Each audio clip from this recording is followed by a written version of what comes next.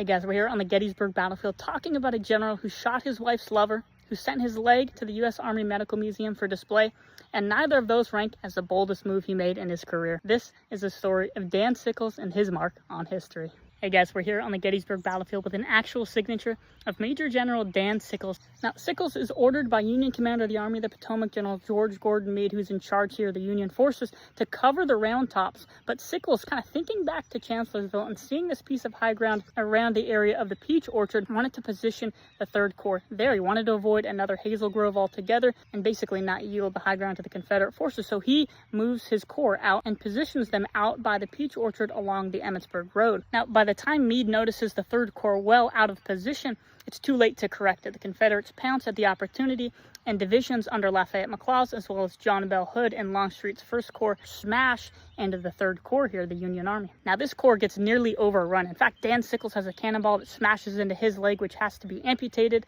Later, he'll send those bones to the U.S. Army Medical Museum with a card that says, "Compliments of Major General D.E.S." Now, historians today debate whether Sickles' decision to move the 3rd Corps out into this position was the right call.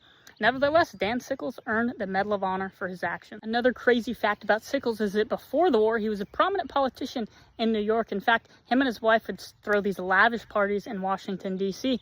until Sickles found Philip Barton Key. If the last name sounds familiar, he's actually the son of Francis Scott Key, who wrote the Star-Spangled Banner. And Sickles found Philip Barton Key with his wife and shot him in broad daylight. He was actually the first person to successfully, at least in the United States, to successfully use the temporary insanity as the defense. And his lawyer for that trial was Edwin Stanton, future Secretary of War. There's all these historical connections here at Gettysburg. We'll see you guys in the next video, and as always, thanks for watching.